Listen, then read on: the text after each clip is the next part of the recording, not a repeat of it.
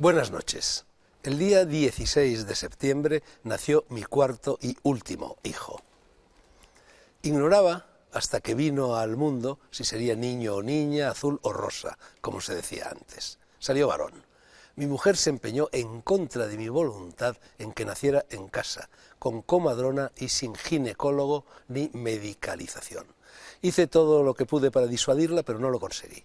Parece ser que esa antigua modalidad del parto se está poniendo de moda, sobre todo en los países nórdicos. Holanda, Suecia, Noruega, 1 de cada 3 madres holandesas da a luz en su cama y la seguridad social corre con los gastos. Todo salió bien, aunque la casa se llenó de enseres y de mujeres. 6 llegué a contar, incluyendo la parturienta y excluyendo a mi gata Damisela, que no perdió ripio.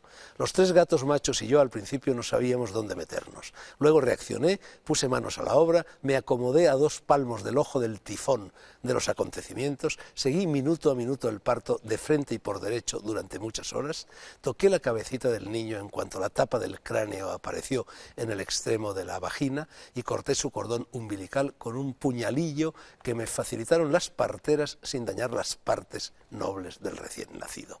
Los gatos también andaban por allí, mirándolo todo, ronroneando y transmitiendo paz, armonía, serenidad y gracia a la mujer que estaba a punto de convertirse en madre. Una amiga suya, japonesa, lo filmó todo. Mi hija Yanta sostenía a Naoko, la abrazaba, la acariciaba y la besaba. Caterina, mi nieta, con los ojos muy abiertos aprendía a vivir y absorbía la vida. El niño se llamará Akela, como el lobo jefe de la manada que acogió a Mowgli.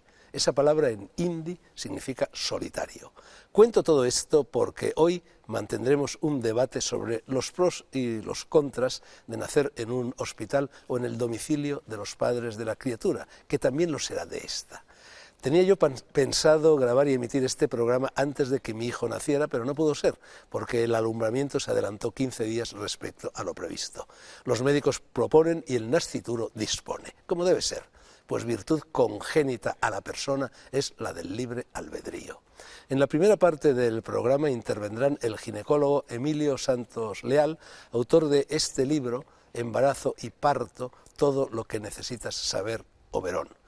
La comadrona Anabel Caravantes, formada en la Complutense y máster en sexualidad y en terapia del reencuentro, y la psicóloga y presidenta de la Asociación Española de Educación Prenatal y experta en hipnonacimiento, Pilar Vizcaíno Herranz. Todos ellos son partidarios del parto en casa. Nos explicarán por qué. Mucho más reticente, por no decir abiertamente contraria, será la ginecóloga Sonsoles Andreu, con la que mantendré mano a mano una entrevista aparte, pues no pudo venir el día en que se grabó el resto del programa. Andan por aquí, en mesas, veladores y atriles, otros libros dedicados al asunto que hoy nos convoca. Niños que nacen en casa o en el hospital o sabe Dios dónde. Niños que mueren por desgracia al nacer. Niños que duermen mal y dan la tabarra a sus padres. Madres que dan a luz sin miedo o un poco asustadas. Nuestro equipo técnico irá enseñando esos libros al hilo de este nuevo episodio de Las Noches Blancas. Me gustaría aclarar que la experiencia vivida por mí y por los míos fue muy hermosa y todo en ella salió bien, pero pese a ello sigo siendo del parecer de que más vale curarse en salud y dar a luz en un centro hospitalario o al menos, si se opta por hacerlo en casa, acompañados por un ginecólogo. Los hospitales, cierto, son sitios poco gratos para nacer y para morir, y en muchos de ellos además se trata con antipática frialdad y a menudo con brusquedad o incluso con crueldad a quienes utilizan sus servicios. Pero un parto es algo natural si todo va bien, pero las incidencias patológicas que en ellos pueden producirse son situaciones de alto riesgo que es preciso atajar con extrema urgencia y eficacia. Son más intensos los lazos iniciales de afectividad que se crean entre los padres y el recién nacido cuando éste viene al mundo rodeado por lo que va a ser su hogar, sin duda. Y yo mismo puedo dar fe de que es así. Reitero, sin embargo, que si mi mujer volviera a quedarse encinta, cosa que no entra en nuestros cálculos, al menos en los míos, me opondría, supongo que sin éxito, a correr por segunda vez el albur de que el niño naciera en casa. El debate, sea como fuera, está abierto. Está en la calle, está en los medios de comunicación, está en las redes sociales, está en las conciencias de los futuros padres y de eso es de lo que hoy, con respeto, con delicadeza y con miramientos vamos a hablar aquí. Empezamos.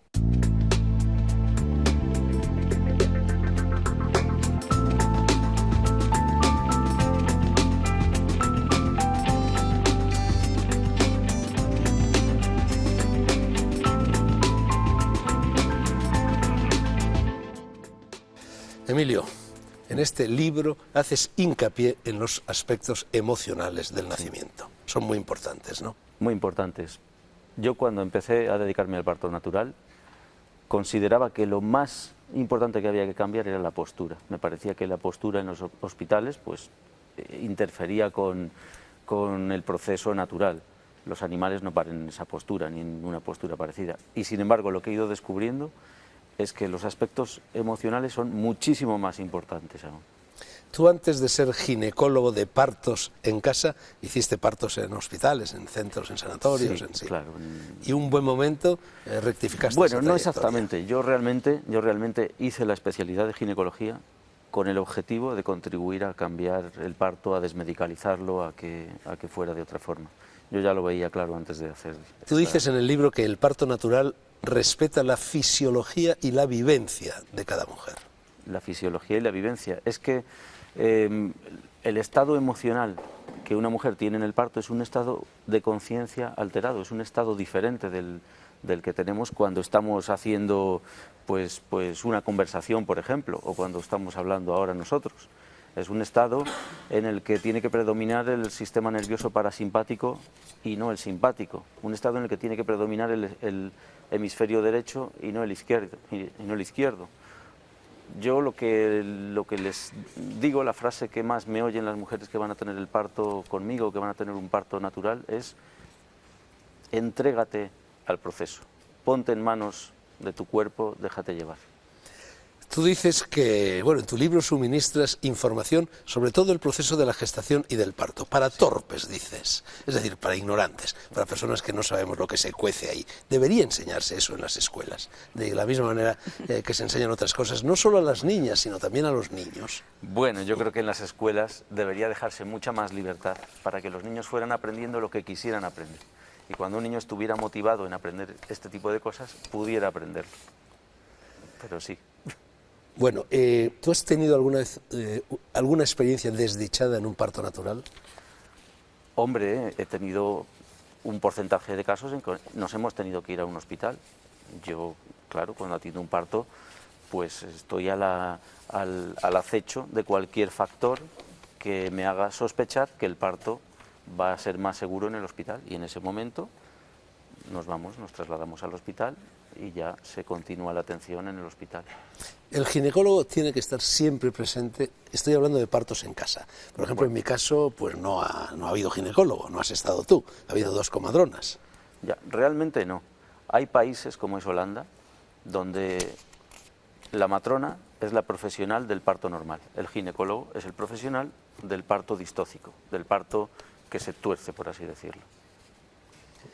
Tú has colaborado en este otro libro, La cuna vacía, el doloroso proceso de perder un embarazo. Claro, porque el aborto, la pérdida gestacional, la pérdida de bebés antes del parto, antes del nacimiento, pues es un proceso también que no se entiende como se debería entender. Por ejemplo, hasta hace muy poco, cuando un bebé se moría dentro del útero y nacía, muchas veces ni siquiera se les enseñaba a los padres. Para mí eso es un error muy grande. Creo que un padre y una madre tienen derecho a vivir el momento, a despedirse, a vivir el duelo. Creo que en esta sociedad estamos como muy acostumbrados a huir de todo lo que no nos gusta. Y creo que es mucha mejor opción vivirlo intensamente, pasarlo y curarlo. Pilar Vizcaíno, si no estoy mal informado, tú eres madre de 3 hijos y las 3 veces has dado a luz en casa. Soy madre de 1. Eres tú entonces la que eres madre de 3 hijos y las 3 veces han nacido en casa. ¿Por qué tomaste esa decisión inicial? Cuando yo me quedé embarazada... Tú eras ya comadrona. Sí, claro, por eso te iba a contar. Ya estaba trabajando en un hospital cuando me embaracé por primera vez. Y claro, cuando empecé a pensar, voy a parir, van a pasar los meses y voy a parir, me puse en el lugar del hospital, yo ahí, y dije, no. Bueno, ya tendría partos en casa también, ¿eh? Y en los 3 casos todo fue perfectamente. Sí. No hubo ningún momento de riesgo. No. alguna de vosotras, o quizá tú, me ha facilitado el dato de que prácticamente el índice de incidencias es igual en los hospitales que en casa, que no hay más riesgo.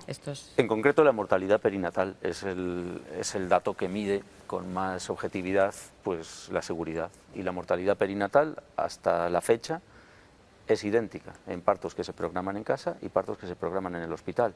Lo cual quiere decir que si en el hospital se resuelven mejor las complicaciones, significa que en casa se están produciendo muchísimas menos complicaciones.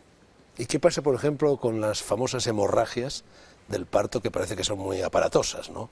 Y que exigen una intervención urgente? Claro, estamos poniendo el ejemplo de lo más grave que podría pasar. Yo no he tenido ningún caso en el que haya tenido una hemorragia grande, que hayamos tenido que ir en una situación de riesgo para la madre. Eso no me ha pasado nunca. Si pasara, pues bueno, yo llevo medicación y llevo una serie de material para estabilizar a la madre e irnos al hospital en una ambulancia. En Holanda el 40% de las mujeres dan a luz en casa. ¿Es así? Sí, no sé si es el 30, entre no, el 30 creo que es y el 40, sí. ¿eh? Al menos Sonsoles Andreu, la ginecóloga, es ella misma la que me ha dado la cifra del 40. Pues sí, probablemente.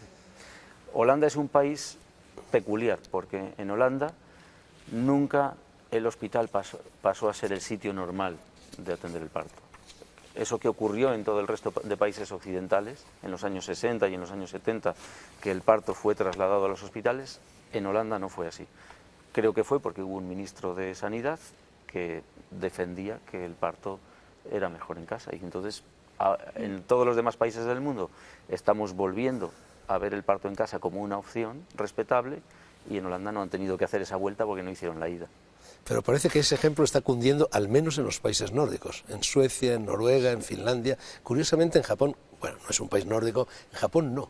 Me he enterado que Japón es uno de los países donde en cambio se recurre más a la epidural, a las cesáreas, en fin, a todo este tipo de intervenciones. Pero en Japón, que yo he vivido en Japón, bueno, hace mucho tiempo y a lo mejor han cambiado las cosas, hay muchas casas de partos, que sería una opción intermedia entre un centro especializado y medicalizado y la casa. Casi en cada esquina había una casa de partos.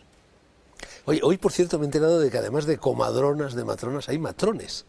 Sí. Cosa que no sabía, que hay varones que se dedican. Pero también me decía la misma persona que me lo ha dicho, que es una de las dos comadronas que intervino en el parto de mi hijo, me ha dicho que en general las mujeres preferís una ginecóloga a un ginecólogo. Que hay un poco así como una... ¿Tú qué opinas? ¿Eso es así? ¿Prefieren las mujeres una ginecóloga? A mí me gustaría, que ya lo ha dicho Emilio, me gustaría aclarar una cosa que quedara marcado, ¿no? Una mujer sana, con un embarazo que discurre con normalidad, se prevé que el parto va a ser de bajo riesgo y, según la ley, la comadrona es la profesional capacitada y responsable de la asistencia de ese parto. Los ginecólogos son profesionales capacitados para las patologías o las intervenciones si es necesario. Y, excepto en las clínicas privadas, todos los hospitales públicos, el parto lo asiste una comadrona. Bueno, pero mi pregunta era más frívola, ¿eh? Me estaba refiriendo a la guerra de los sexos. Bueno, que bien. Si las mujeres se encuentran más cómodas con un ginecólogo, una ginecóloga, quiero decir, de su mismo sexo, o con una comadrona que con un comadrón. Eso no sé si es así o no. En general, las mujeres, sí que prefieren que sea una mujer, ginecóloga o comadrona. Pero se dan casos de que no. ¿Hay más ginecólogas que ginecólogos?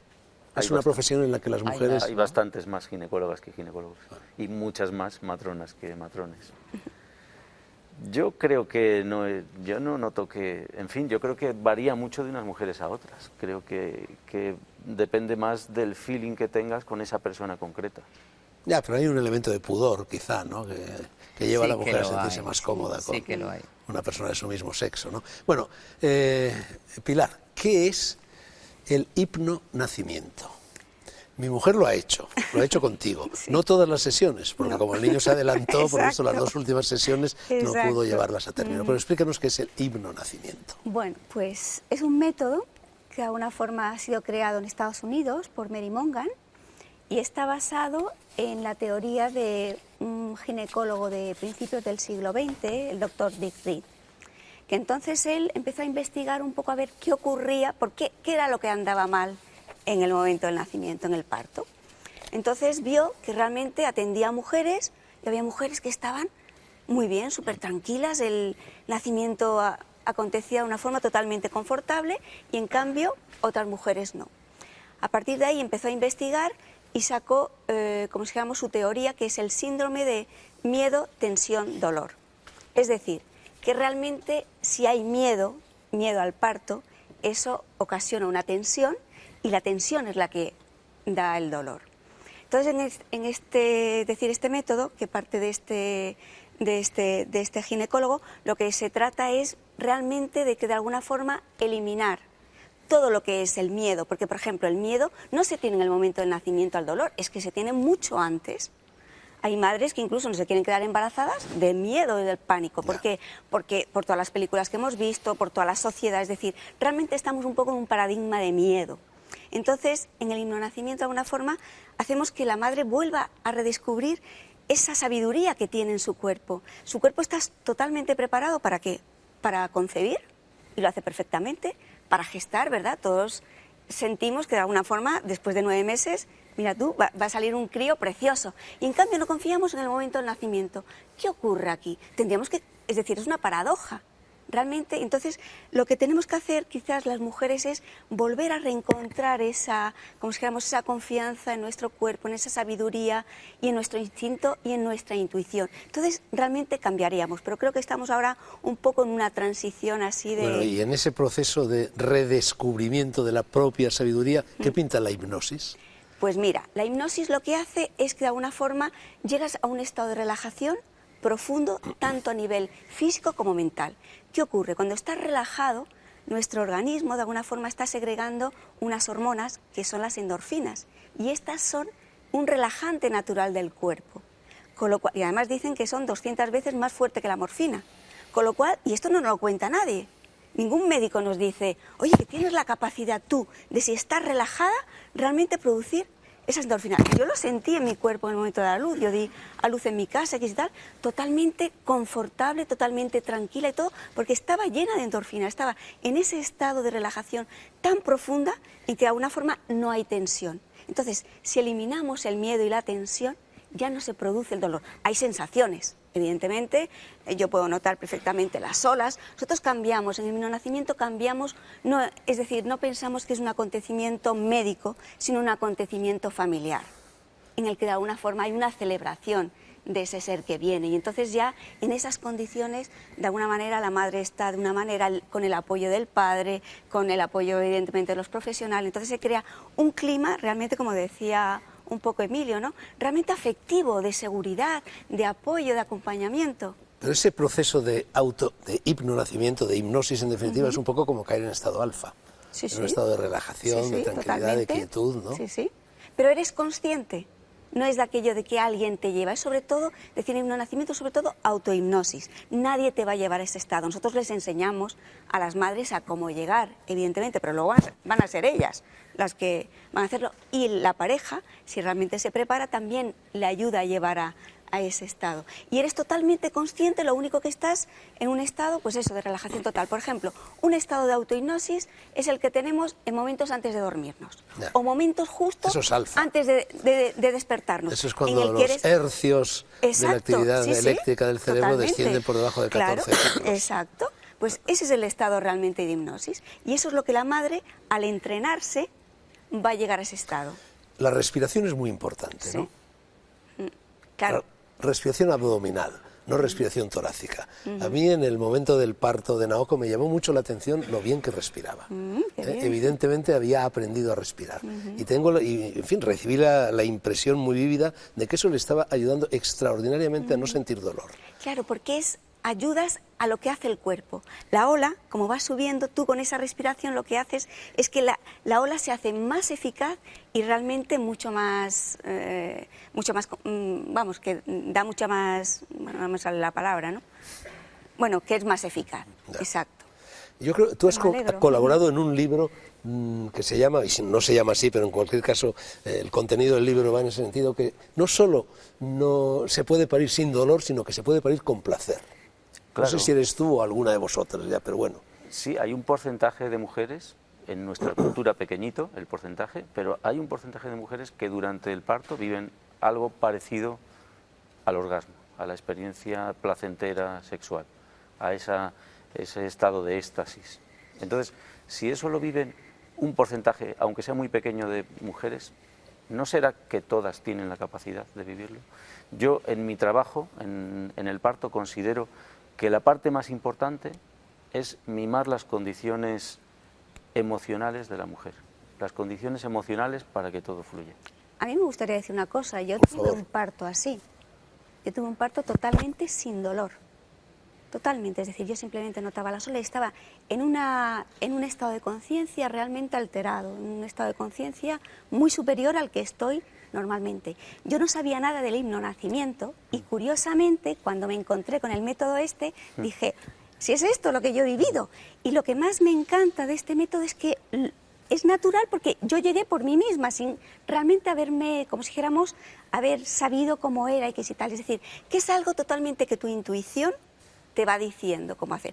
Evidentemente hay que prepararse. Yo creo que estamos en un momento en que no podemos ir a un parto natural o qué y tal, sin realmente a una preparación mental, porque realmente nuestra mente y nuestro cuerpo tienen que funcionar en armonía, siempre se nos ¿no? ha dicho que en la escala de los dolores, el más doloroso es, no sé si el parto y después el cólico nefrítico o al revés, pero vamos, que son los dos que más dolor inducen. ¿Eso no es verdad? Pero es que habría que... Escala de dolor, hay escalas de dolor. Sí. La palabra dolor en sí misma ya nos aterra, pero dolor, yo le llamo dolor a sensación. Es un dolor que puedes llevar, que puedes acompañar, que puedes trascender. Un dolor invalidante, un dolor sufriente, eso no tiene sentido. Estamos en una sociedad en la que la conexión animal, entre comillas, la tenemos muy perdida. Estamos muy trabajadas a nivel cortical. Y sí que hay que prepararse, porque eso de que lo tenemos dentro, claro que lo tenemos dentro, pero estamos ya demasiado mediatizadas. Sí. Sería volver a conectar... Bueno, en definitiva, lo que tú estás diciendo Sí. es la sutil distinción que existe entre dolor y sufrimiento. Sí. Una cosa es el dolor y otra cosa es el sufrimiento, que es la reacción psicológica que puede producirse o no producirse frente al dolor. Uno puede sublimar incluso el dolor y convertirlo en una fuerza amiga, ¿no? Y no sufrir por el dolor. Y además todos sabemos, por ejemplo, en las relaciones sexuales que incluso el dolor puede transformarse en placer, ¿no? Claro, claro. Sí, sería el dolor como sensación y cómo lo siento o cómo lo siente la mujer y cómo lo vive. Y en ese cómo lo vive tiene que ver la educación, en la situación social en la que se encuentra, infinidad de factores. Yo quería decir una cosa, que cuando, por ejemplo, todos estamos como en la creencia de que tiene que haber dolor, en cuanto estamos en la creencia, eso es lo que voy a traer.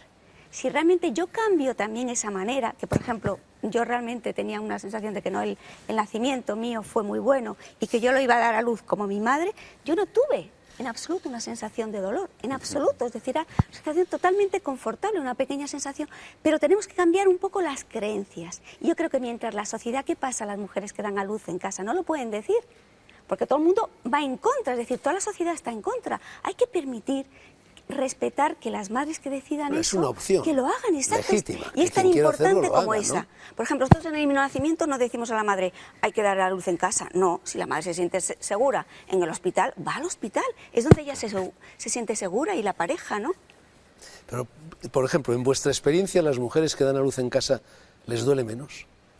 Sí, ¿Se no, quejan depende. menos? Hay de todo. O a algunas les duele, en fin, extraordinariamente, ¿no?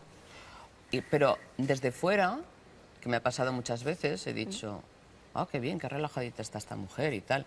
Y después del parto me dice, me ha dolido... O sea que sí. Lo que pasa es que lo lleva, lo incorpora, lo respira, lo acompaña, no sé. Claro, te dice, me ha dolido, pero te dice, pero me ha encantado. Sí, Ya. sí. Hombre, yo, lo mismo, si mi mujer escucha lo que voy a decir ahora, me dice que te lo has creído, chato. Pero yo, la impresión que tuve el otro día, después de seguir verdaderamente minuto a minuto el parto, no vi dolor. uno siempre tiene una visión un poco dantesca de lo que, sobre todo un hombre, de lo que va a ser un parto, y que la mujer va a empezar a aullar, a gemir, incluso a insultarte, a increpar al marido y todas estas cosas.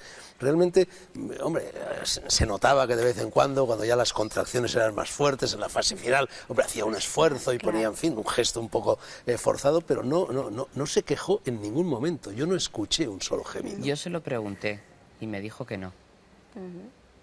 Pero eso es porque estaba preparada psicológicamente, porque sabía respirar, porque sabía relajarse. Y porque sabía preparado psicológicamente. Que tiene una relación cosas. distinta con el dolor. Y por ella, ¿no? por Somos cómo estoicos, es. ¿no? Pero también es importante una cosa que ha dicho Emilio, y es liberarse realmente de todos esos miedos. La parte emocional no la tenemos en cuenta nunca, y los médicos nunca les preguntan a las madres cómo estás y qué tal. No se sienten escuchadas, no se sienten realmente acompañadas, ¿no? Entonces, si realmente pueden hacer todo este trabajo de liberación emocional, que además viene de lejos, porque puede ser de nuestro propio nacimiento, y de cantidad de cosas. Si nos vamos liberando, incluso habría que hacerlo antes de quedarse embarazada, pero bueno, pongamos que sea cuando esté embarazada, cambia mucho. Pues entonces ya te has liberado y ya puedes vivir esa experiencia desde otro lugar. Ya puedes estar con el bebé, puedes estar vinculada con él, que eso es muy importante, que realmente es el final de un viaje de los dos juntos.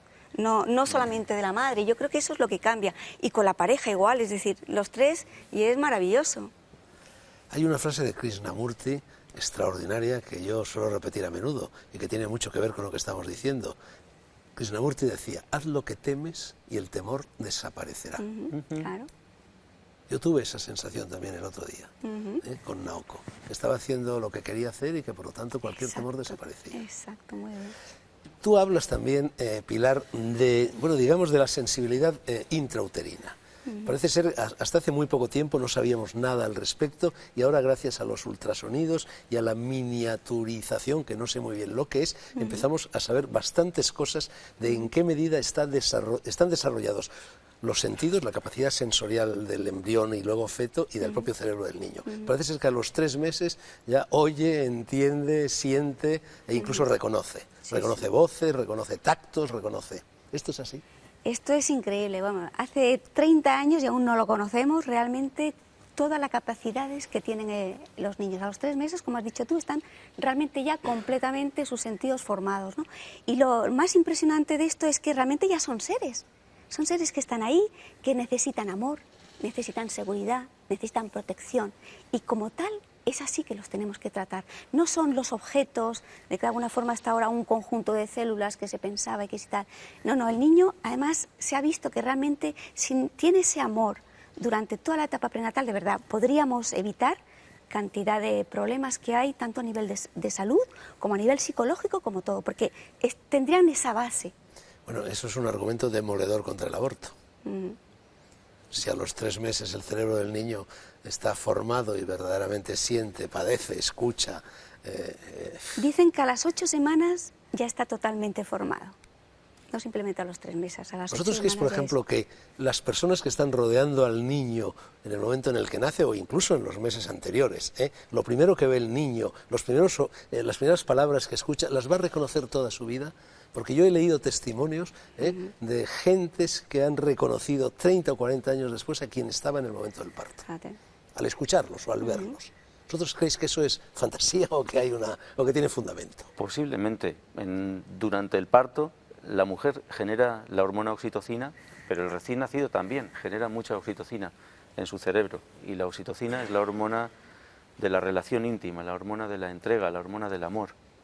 Entonces, a mí me han dicho en partos, después de un parto, me han dicho, Emilio, aquella escena es como si todos los que estuvisteis en aquella escena, es como si os quisiera muchísimo a todos.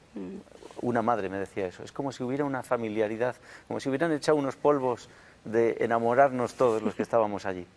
Bueno, yo no sé si esto que voy a decir será un delirio de padre, pero yo tengo la sensación, realmente como el otro día, yo casi fui el primero que lo toqué, y que hablé, y que lo cogí en brazos, y que le corté. Yo tengo la sensación ahora, cuando veo al niño, si está llorando, que me acerco, lo toco y deja de llorar. A lo mejor es un delirio de padre, no lo sé, pero tengo que me reconoce. Te reconoce perfectamente y además, de verdad, a nivel científico eso está ya súper probado. Conoce tu voz, conoce cantidad de cosas, que conoce muchísimas más cosas de las que nos pensamos. Y además sabe que eres su padre, que lo tratas con cariño, que lo recogiste tú, lo acogiste, entonces eso además crea un programa subconsciente en el niño, ¿no? Y esos programas realmente son con los que estamos toda la vida. Tú citas, Pilar, el caso de un psiquiatra australiano, un tal Graham Farrent, que organiza unos talleres en los cuales la gente se estira y descubre cosas verdaderamente sorprendentes de lo que fue su proceso de gestación. Por ejemplo, un caso en el que la persona que estaba experimentando ese taller se enteró de que su madre había pensado en abortarle y se lo echó en cara y le dijo: quisiste hacer esto, y la madre en primera instancia lo negó e insistió, y en segunda instancia lo negó y al final acabó aceptando que era así. Es decir, aquel feto, aquel embrión, aquella criatura, lo que fuera, se dio cuenta de que su madre pensó en abortar. Grabó. Y simplemente pensar, fíjate. Sí, bueno, de esos hay muchísimos casos que realmente cuentan. Y este Graham Farrent, precisamente, que además fue el primero que empezó con todos los traumas natales y esto, él de alguna forma cuenta que realmente él, en una situación de relajación profunda, llegó a saber que no había una lucha en el momento de la concepción, de que el espermatozoide era el que realmente, como si dijéramos, penetraba el óvulo, que al revés, él sintió que era el óvulo el que se abría realmente al espermatozoide, y luego eso salió muchos años más tarde, es decir, que científicamente de alguna forma se comprobó mucho más tarde lo que él realmente vio en esa experiencia de relajación profunda. Emilio, tú eres médico, tú eres científico. ¿Qué piensas de todo esto que se está diciendo ahora aquí, de estos casos? La ciencia no sabe de estas cosas. La ciencia trabaja con datos objetivos, entonces el conocimiento no es solo el conocimiento científico. Hay otro conocimiento que quizá tenemos que tener más en cuenta de lo que tenemos. Pero desde luego, si yo hablo como científico, pues me tengo que limitar a los datos objetivos. Tengo aquí otro caso que citas tú también, Pilar, de un paciente de Graham, del psiquiatra australiano, con una depresión que arrastraba desde hacía mucho tiempo. Por lo visto era un personaje muy famoso de la radio. Cuando le realizó la terapia primal, que es este tipo de taller, comprendió que el esperma que le había fecundado no era de su padre. Se lo dijo a su madre y ésta se enfadó porque lo pensara, pero el hombre estaba totalmente convencido, y entonces se lo preguntó a su abuela y su abuela se lo confirmó, que su madre había hecho un viaje a Bélgica, que allí había conocido a otra persona, y etcétera, etcétera. A tal extremo se puede llegar. Y además cuando fue a Bélgica a buscar a su padre, y cuando llamó a su padre, ¿sabes qué le dijo su padre? Estaba esperando esta llamada hace mucho tiempo. Con lo cual, realmente las partículas están ahí en unión. Bueno, casos muy interesantes. ¿Cómo reaccionan los bebés a los estímulos gustativos? Bueno, la verdad es que son muy importantes porque de alguna forma es lo primero, el primer vínculo que va a tener con la madre va a ser a través de la leche. Con lo cual, de alguna forma, ya va preparando la naturaleza al bebé precisamente para que el vínculo con la madre sea... realmente ya se establece desde el primer momento. Precisamente estamos diciendo que el vínculo con la madre se ha hecho mucho antes, porque ha estado tragando líquido amniótico a través del cual notaba los aromas de los alimentos que ingería la madre, por ejemplo. Pero yo formulaba la pregunta pensando en la lactancia. He leído, me habéis facilitado este dato vosotros, que parece ser, no tengo en estos momentos las cifras aquí delante, se me han perdido, pero parece ser que cuando una mujer da a luz en casa, el índice de lactancia natural es casi del 90 y tantos %, y el mantenimiento en exclusiva de ese tipo de lactancia también es muy superior al de las mujeres que no dan a luz en sus casas. ¿Eso es así? Sí, es así. Vamos, definitivamente, yo no tengo ninguna duda. El vínculo se crea de una forma mucho más rápida, mucho más natural. ¿Pero eso es un fenómeno natural o un fenómeno psicológico? Yo añadiría algo más, porque nos estamos metiendo en lo psicológico, pero también somos social, también somos cuerpo, y lo que yo considero es que las mujeres que paren en casa tienen una tasa de lactancia mayor porque continuamos los profesionales acompañándola en el posparto. No paren y se acabó, sino que Claro. continuamos los días posteriores, que son los 3 primeros días son los críticos. Cuando pares en un Exacto. hospital, al segundo día vas a casa, al tercer día es cuando tienes la subida de la leche, cuando tienes... Claro. Todos los problemas que surgen en la lactancia aparecen el tercer Bueno, día, en- que ya estás en tu casa. En los hospitales, en teoría, también la mujer está acompañada durante los 2 días que está 2 ingresada días, después pero del ¿y el parto. tercero? Bueno, vale, pero... Por eso. Sí, sí, sí. Pero el tercero es un día clave. Ujú. Y cuando van a la matrona del centro de salud, pues el 7.º día, 10.º día, del tercero al 7.º, La lactancia, de todas formas, es un punto muy, muy importante que muchas veces pasa un poquito como desapercibido o no le cuidamos lo suficiente cuando hablamos de la preparación al parto o del parto o tal. Porque la lactancia, pues sí, en general es mucho más exitosa cuando es en casa, pero también hay casos, unos poquitos, hay casos en que es necesario una ayuda profesional y casos en que es necesario suplementar con leche artificial. Son pocos casos, pero los hay. Y eso pues tenemos que tenerlo muy presente los que atendemos partos. Emilio, yo tengo aquí un relato, un largo relato, el nacimiento de Siana, Ah, la hija de Teodora, de Teodora. que parece ser que tú asististe a su parto en casa, ¿no? Y la verdad es que es un relato muy largo, no podemos darle lectura aquí, pero es muy emocionante este relato. ¿Cómo fue aquello? Pues está en mi sitio web el relato, sí. ¿Tú Bueno, también lo fue... conocías? Es que ella se preparó, Teodora, también Ah, con contigo. himno nacimiento, Ah, mira, no me con acordaba Sandra yo y de eso. conmigo. Bueno, pues fue un parto en el agua, muy bonito, en el sentido de que Teodora estaba muy feliz, muy entregada, su pareja también, estuvieron muy amorosos entre ellos durante todo el proceso y bueno, pues todo fue muy bien. Hombre, a mí no me gusta hablar Claro. de otras personas, prefiero Ya. que... Bueno, preferiría que fuera... está colgado en la web, Emilio, lo puede Preferiría leer que fuera cualquiera, Teodora ¿no? la que lo contara aquí. Y lo de dar a luz en el agua, porque a mí también el otro día me sorprendió que, bueno, aquello estaba lleno, había hasta una especie de piscina de plástico que habíais montado allí con una manguera que luego no funcionó, no funcionó. como suele pasar en estos casos. Es decir, se le estaba dando a la parturienta, a medida que iba pariendo, la oportunidad de recurrir a una postura, a otra postura, a un lugar, a otro lugar, la cama, el suelo, la bañera, la piscina, etcétera. Claro. Y de hecho, Naoko iba cambiando de postura. Dice, no, ahora tumbada, ahora de pie, ahora en cuclillas, ahora de lado, ahora de... Esa es la clave, que la mujer se sienta libre y confiada para ponerse en la postura que esté más a gusto. Claro. Que es una de las cosas que se pueden hacer en casa porque es su casa y conoce ese espacio. En el hospital también estamos a favor o están a favor de modificar las posturas, pero no deja de ser una habitación, una cama determinada y además esa mujer va a la casa de otra persona que no conoce, ni el profesional que recibe a la mujer la conoce, ni la mujer conoce a los profesionales, tampoco conoce el entorno y todo eso baja el nivel de confianza y no se siente tan segura como para moverse. De hecho, cuando las mujeres van al hospital, se tumban en la cama y ahí se quedan. Y cuando les decimos, te puedes levantar si quieres, pero todavía tenemos asociado el hospital con enfermedad y vamos a parir al hospital y las mujeres se tumban. Y yo creo también que hay una cosa, y es que de alguna forma en casa también somos más protagonistas, ¿no?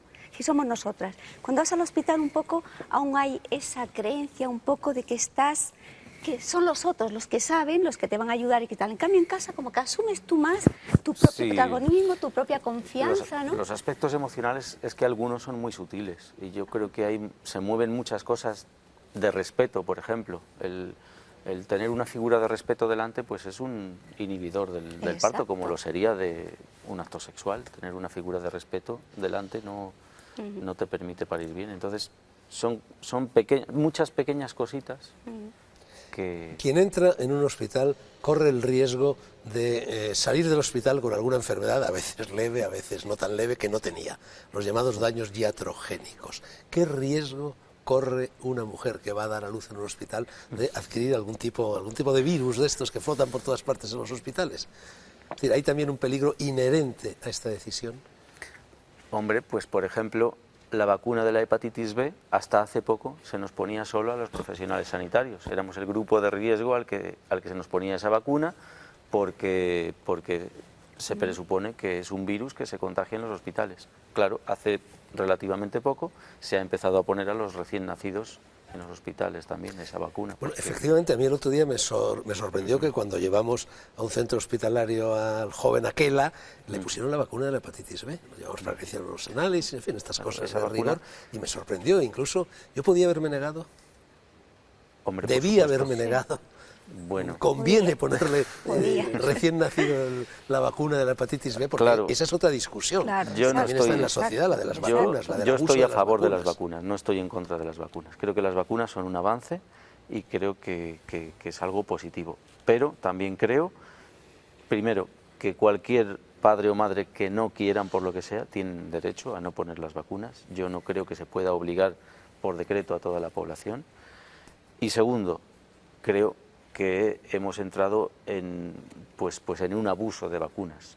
Pienso que lo bueno sería pues que un bebé o un niño pequeño fuera recibiendo unas poquitas vacunas, pero no las baterías de vacunas que se ponen Claro, es que ahora. a mí me dieron allí una todas a la especie de vez. cartilla donde venía toda una programación de las vacunas que teníamos que ir poniendo, dentro de un mes no sé qué, dentro de 3 no sé cuánto, a los 2 años. Yo me quedé bastante sorprendido al ver aquello. Sí. Hombre, yo no es mi tema, no es mi especialidad y yo no quiero entrar en temas científicos sobre este asunto. Yo solo he dado Bueno, pues mi es opinión. un tema Yo que creo tiene que ver, al fin y al cabo, con la medicalización o la naturalidad en la vida de una persona, Claro. ¿no? Yo soy un defensor, ante todo, de la libertad del individuo, la libertad de los padres para decidir lo mejor para sus hijos. Y creo que... Bueno, es que también ahí vamos. En el centro hospitalario uno tiene la sensación de que cuando llegas te metes en una especie de túnel y ya no puedes salir de él. Tienes que ir siguiendo paso a paso todo lo que los demás te dicen que tienes que hacer y algunas de las cosas pues no estás de acuerdo, ¿no? Desaparece el libre albedrío, ¿no? Te topas con un protocolo infranqueable, ¿no? Por eso hay muchas madres que prefieren dar a luz en casa. Eso es una de las razones. Esto vale no solo para los partos, vale No, para para cualquier otro cualquier tipo cosa. de patología. Pero claro, como hemos dicho que realmente un nacimiento es algo natural y algo familiar, pues Bueno, última cuestión. La Seguridad Social Española no corre con los gastos de un parto en casa. Creo que estáis reclamando que, de hecho, en otros países, como Holanda, que ya lo hemos citado, sí que la Seguridad Social asume esos gastos. ¿Cómo están las cosas? ¿Se va a conseguir? Yo creo que se va a conseguir en cuanto pase esta crisis, creo que se va a conseguir que el parto en casa sea por lo menos reembolsado, si no es cubierto directamente por la Seguridad Social. ¿Es más caro dar a luz en casa que dar a luz en un ¿Qué hospital? va? ¿Más barato? Es más barato en un hospital, no sé si dijeron que eran como 6.000 euros lo que nos cuesta a todos los que pagamos la seguridad social. Porque parece un hospital de la seguridad social, pero no es gratis. Ya lo hemos pagado. No sé las cifras, pero rondaban los 6.000 euros. Un parto normal. Desde luego no me parece que las diferencias sean como para que por cuestión económica prevalezca uno de los dos. Yo creo que... No tendría que ser cuestiones económicas, tendría Claro. que ser la elección de la mujer, Claro. que Tendría que ser la además lo elección de la dice la mujer, ley, pero- que puede elegir. Ujú. Lo que yo sí puedo decir es cómo es en algunos otros países que conozco un poquito. Por ejemplo, en Inglaterra, en Gran Bretaña, en muchos de los hospitales funcionan como aquí las fundaciones, son públicos pero de gestión privada. Entonces tienen equipos de 5 matronas para aquellas mujeres que quieran tener partos en casa. Un equipo de 5 matronas que se van turnando para cubrir todo el horario. En Francia, por ejemplo, es muy diferente. En Francia es una atención privada y la Seguridad Social luego te reembolsa el importe. a mí Hay me gustaría distintas decir una fórmulas. cosa. La última. Vale, que de alguna manera, tú que decías en tiempo de crisis es lo que habría que hacer, porque es que a la larga se ha comprobado que los nacimientos vividos de esta manera, los niños tienen muchísimo menos problemas a nivel de salud y a nivel psicológico, con lo cual, a medio, a corto y a largo plazo, es que tendríamos unos ahorros extraordinarios. Entonces tendremos que mirar las cosas así, o sea que incluso a un nivel de crisis yo creo que sería en el momento de implantar que realmente esos nacimientos no fueran tan medicalizados, es decir, fueran Desde realmente luego, mucho más en naturales. mi percepción particular, los niños que yo he conocido nacidos en Yo casa, también. yo soy testigo de que son más tranquilos, más serenos, más calmados. Yo sí que veo diferencias. Señores y damas, muchas gracias. Tenemos que poner término al debate. A continuación, la ginecóloga Sonsoles Andreu defenderá otros puntos de vista. Yo quiero ser en este programa sumamente cauteloso, ecuánime, imparcial. Muchas gracias. Gracias. Emilio, Gracias. Anabel, Pilar. Gracias.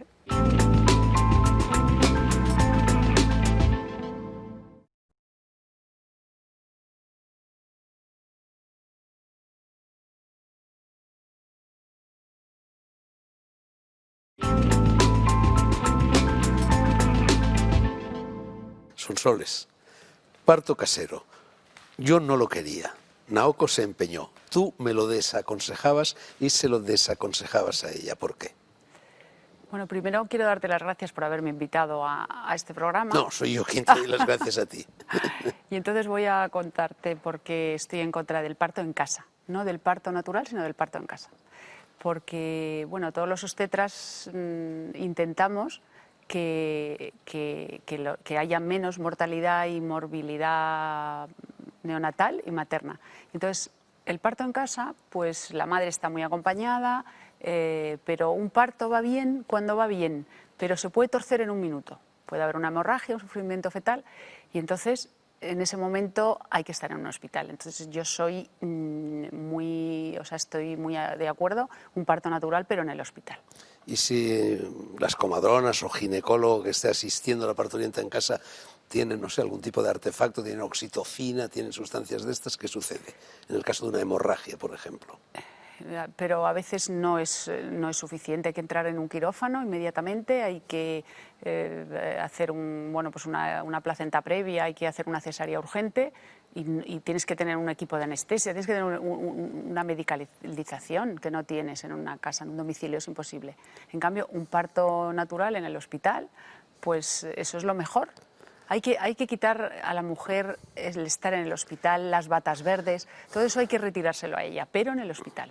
Bueno, yo creo que tú trabajas en La Milagrosa, ¿no? Sí, sí. Y allí precisamente se practica el parto natural. Sí, es decir, se recrea un ambiente parecido al de la propia casa. Eso es, parecido al de la propia casa, pero tienes una matrona, tienes un médico, y si hay un percance, como te he dicho, que en un minuto un parto se puede torcer, y entonces pues ahí tienes el quirófano, tienes el anestesista y solucionas el problema. El niño nace bien y la madre está bien. Bueno, y entonces, ¿por qué en países muy civilizados, como Holanda, como por Holanda, ejemplo, el 40%, el 40% de las mujeres ahora dan a luz en casa? La seguridad social corre con los gastos. Sí. Parece que en Suecia, en Noruega, en Finlandia también se produce un fenómeno parecido. ¿Por qué? Pues yo creo que la vida son ciclos y en la obstetricia y en la medicina hay ciclos. Entonces ahora el ciclo es que queremos pues como volver un poco para atrás. Y entonces el parto en casa es un poco un atraso. Nosotros tenemos que utilizar todos los avances del siglo XXI para que el niño y la madre estén en las mejores condiciones. Entonces, en casa... Pero también, no sé, la agricultura biológica, por ponerte un ejemplo extemporáneo, sería también una vuelta atrás, ¿no? Claro, sí. Es que ya te digo que son ciclos, entonces, pues la medicina también tiene ciclos. Ahora, antes del año 2000, todo el mundo quería epidural. No había epidural y todo el mundo quería epidural. Ya se consigue que la epidural en el año 2000 esté subvencionada por la Seguridad Social, el parto sea a la hora que sea, tengas un anestesista. Conseguimos eso y ahora lo que quieren las mujeres es no tener epidural, es tener su parto en casa, sola, sin oxitocina. Pero claro, para eso has utilizado también medios de última generación, como son las ecografías, como son las amniocentesis. O sea, que estás un poco como en el intermedio. Por eso yo pienso que el parto natural en la clínica, con una matrona todo el tiempo que te dura el parto, con el ginecólogo contigo, es muy importante que el ginecólogo o la ginecóloga esté al lado de la madre para informarle, porque al final la madre no sabe casi nada y entonces todo es nuevo para ella. Es nuevo la lactancia, es nuevo el niño, es nuevo el dolor, es nuevo todo. Entonces, otra cosa importante que también yo estoy a favor del parto en el hospital es que la madre da luz. Todo es muy bonito, está el padre, está la matrona, está la hija a lo mejor, pero en el momento que el parto, todo el mundo brinda y champán, todo el mundo está muy contento. Pero ¿y la madre cuando se acaba el parto? Se queda sola en casa y nadie la cuida bien. Y en un hospital te cuidan. te dan de comer. Si el niño llora, se lo llevan si tú Bueno, quieres. pero en cualquier caso habría que humanizar el Humanizar, hospital. eso es. Porque Ahí- tú has tenido experiencias, yo las he tenido, malas, Naoko malas. las he tenido, otras mujeres Malas, que conozco han tenido exactamente. experiencias muy Muy- duras. muy duras. Que te tratan con un mecanicismo, Sí, con una fatal. frialdad. Con Eso una... es. Lo que yo quiero dar un mensaje es que hay que Es como si humanizar... entras en un túnel en y un ya no túnel. pudieras salir, ¿no? Hay que humanizar la medicina y hay que transmitir este mensaje para las generaciones jóvenes, ¿eh? Porque no se puede tratar, el médico no puede, o sea, el paciente, la mujer en este caso que no es paciente, que es una persona que va a dar a luz, la tienen que tratar con cariño, hay que querer a la mujer, hay que tener una relación con ella. Entonces, ahora mismo es todo muy... tratan mal, o sea, realmente en un hospital llegas, te ponen un enema, la rasuran, ponen la epidural rápidamente, les ponen oxitocina, no te preguntan, no sabes. Entonces, eso, la verdad es que eso es lo bueno sería llegar a conseguir tener, como en La Milagrosa, que tenemos un lugar que es para partos naturales, donde el ginecólogo está, donde puede entrar el padre, incluso hay una bañera, puede entrar todo el mundo. No Ya que tienes mencionas la bañera, ¿tú qué opinas también de esta moda de dar a luz dentro del agua? Yo creo que en principio dar a luz dentro del agua no es el momento del parto, es que se dilata mejor porque se ablanda el periné y te duele menos, porque el agua da una sensación de más movilidad. O sea, el parto mismo en el agua yo creo que no tiene mayor ventaja, solamente es en la dilatación, que la dilatación es menos dolorosa. Entonces, relaja. También relaja que puedan andar, relaja que no tengas que estar atada a una cama con un goteo. ¿Entiendes? Pero, por ejemplo, Jodorowsky dice que dar a luz en el agua es una barbaridad porque nacer significa pasar de un medio húmedo a un medio seco. Claro. Y que entonces, si pasas de lo húmedo a lo húmedo, el niño no tiene conciencia de que ha nacido. De que ha nacido. Claro, pero en realidad rápidamente lo sacan del agua, ¿eh? O sea, que es como muy poco tiempo. Pero si no se ahogaría, Si no además, se ahogaría, ¿no? claro, no te da tiempo. O sea, que el parto en agua un poco, yo creo que es un poco moda y un poco no es un parto que digas que está o sea, que sea convencional, ni que todo el mundo que quiera parto en casa lo quieran en el agua. O sea, nosotros en La Milagrosa tenemos la bañera y prácticamente se usa muy poco. ¿A ti se te presentan a menudo casos de mujeres que te piden dar a luz en casa? ¿O prácticamente nunca? No, muy pocas. Muy pocas. Yo he tenido y llevo muchos años ya siendo ginecólogo, pues desde el año 81, y he tenido casos extraños de que quieren comerse la placenta. Ya, ¿a quién se lo cuentas? Naoko también quería comerse la placenta, incluso quería que me comiera yo la mitad de la placenta. Pues yo tuve un caso que quería comerse la placenta. ¿Pero entonces, eso por qué? Porque los animales se comen la placenta. Claro, y hay piensan que es que hay más vitaminas o que envuelves el hierro, que tienes anemia en el parto, y entonces yo creo que es por esa una tradición. Pero se me presentó el caso de se quería comer la placenta cuando todavía no había epidural, entonces era una cesárea por nalgas, y entonces pues tuve que hacer una cesárea con anestesia y no se pudo comer la placenta, pero quería que se la comiese su hermana, y yo ya le dije no. O sea, que se coma la placenta tu hermana, no. Y entonces no pasó nada. Pero yo solo he tenido ese caso, no han venido a decirme, quiero hacer un parto en casa. Parece que la placenta, eso dice Naoko, es buena también para las plantas, para las macetas. Que si tienes macetas en casa y les que añades les pones un poco de placenta, que la planta... Sí, porque tiene muchas células madre y ahora mismo, pues bueno, sí, puede ser. La verdad es que sobre las plantas y la placenta no tengo sabes estudios. Oye, por cierto, antes de que se me olvide, tenemos ahí en el atril un libro que has traído de un famosísimo ginecólogo español que fue tu maestro. Sí, fue mi maestro y Di es dos palabras sobre ese el libro. maestro de muchas generaciones. Es el profesor Botella. Nació en el año 1912 y justo se cumplirían ahora 100 años de su nacimiento.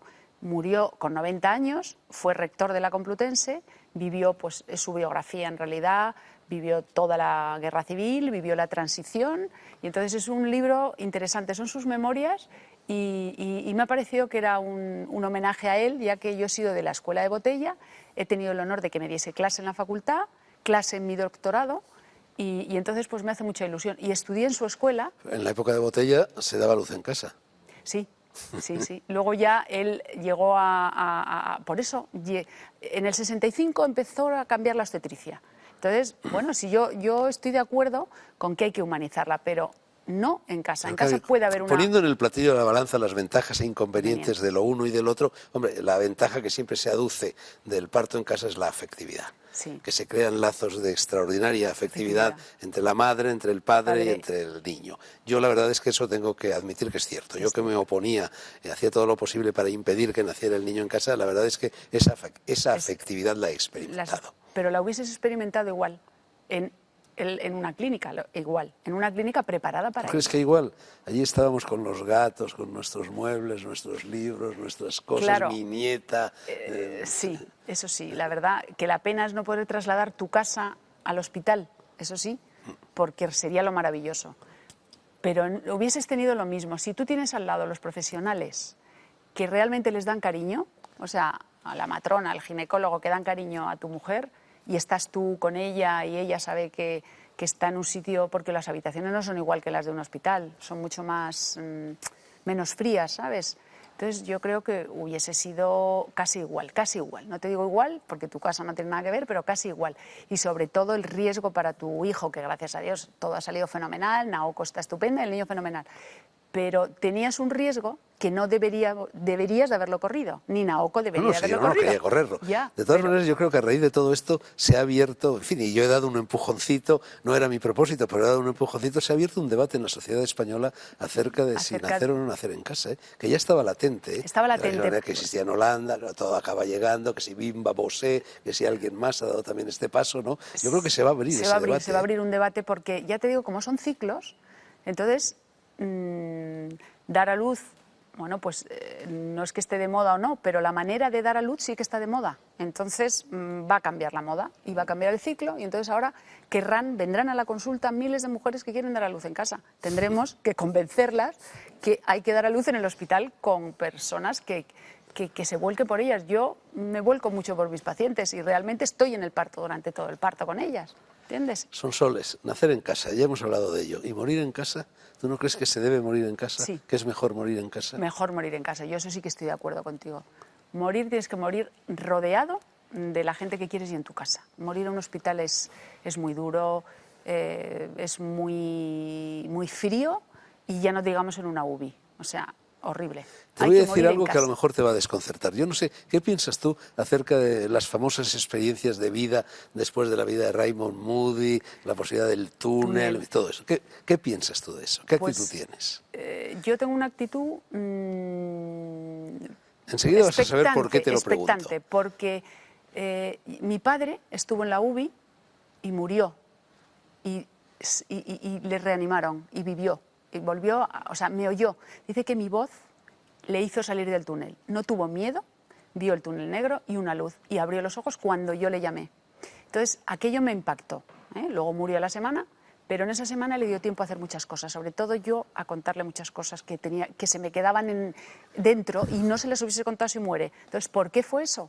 Bueno, yo te lo preguntaba por lo siguiente, y volvemos al parto, y en este caso volvemos a la cesárea y a la anestesia epidural. Jodorowsky, volvemos también a Jodorowsky. Jodorowsky dice, bueno, el momento de nacer es extraordinario.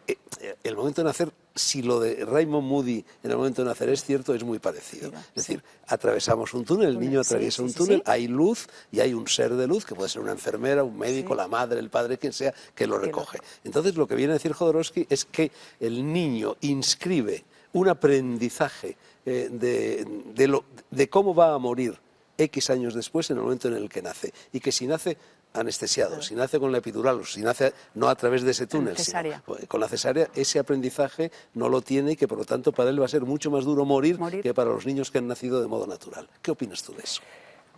Hombre, yo creo que nacer para un niño por el canal del parto es esencial. Primero porque los pulmones, su organismo, todo va, o sea, la circulación sanguínea, todo eso tiene que estar organizado en el canal del parto. Si tú haces una cesárea, ya no es igual. No es el momento que él va a nacer porque gira, rota y sale, no, sino tú lo sacas, empujas de él. Entonces yo creo que eso sí que me parece muy importante, el que nazcan por un parto vaginal. Claro, pero ahora por lo visto maravilloso. decías antes que ya no, pero llegó un momento en que muchísimas mujeres recurrían a la cesárea por pura comodidad, Claro. no porque las circunstancias lo exigieran. Ya, pero eso depende del ginecólogo que hace. Yo a mí me dice una mujer, quiero tener una cesárea en el día de mi cumpleaños. Pues yo le digo que no. O sea, yo eso sí lo he tenido. O sea, quiero que mi hijo nazca el día de mi cumpleaños por cesárea. No. Entonces, si un ginecólogo se presta o ginecólogos se prestan a que la mujer decida, yo no. Yo creo que la cesárea hay que hacerla. Que la cesárea lo que ha hecho es un avance, porque niños que sin cesárea no se salvarían, pero no tiene que ser decisión de la madre. Eso tiene que ser decisión del ginecólogo por una patología. Bueno, no, un avance que ya se practicaba en Roma, de ahí viene lo de cesárea. Sí, pero no como ahora, que las cesáreas, los niños nacen con muy buenas condiciones, pero siempre por una indicación médica y patológica, no porque la madre quiera, porque tenga 40 años o porque el ginecólogo se vaya de vacaciones, aunque me oigan algunos y les parezca fatal, y diga que va a hacer una cesárea. ¿Entiendes? Bueno, pues muchas gracias, Sonsoles. Entresaco ahora algunos fragmentos muy conocidos, pero eso no importa, de Las nanas de la cebolla de Miguel Hernández. Una mujer morena resuelta en luna se derrama hilo a hilo sobre la cuna. Tu rosa me hace libre, me pone alas, soledades me quita. Boca que vuela, corazón que en tus labios relampaguea. Desperté de ser niño, nunca despiertes, siempre en la cuna, defendiendo la risa, pluma por pluma. Al octavo mes ríes con 5 azares, con 5 diminutas ferocidades, con 5 dientes, con 5 jazmines adolescentes. Frontera de los besos serán mañana, cuando en la dentadura sientas un arma, sientas un fuego correr dientes abajo, buscando el centro.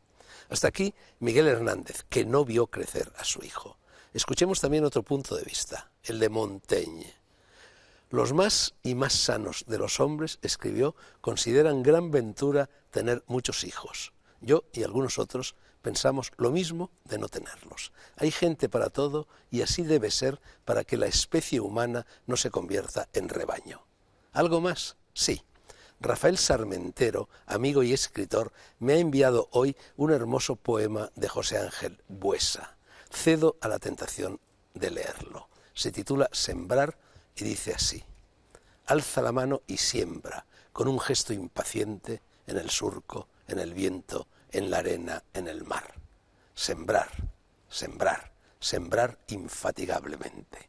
En mujer, surco o sueño, sembrar, sembrar, sembrar. Yérguete ante la vida con la fe de tu siembra. Siembra el amor y el odio y sonríe al pasar. La arena del desierto y el vientre de la hembra, bajo tu gesto próvido, quieren fructificar. Desdichados aquellos que la vida maldijo, que no soñaron nunca ni supieron amar. Hay que sembrar un árbol, una ansia, un sueño, un hijo. Porque la vida es eso, sembrar, sembrar, sembrar. Háganlo. Buenas noches.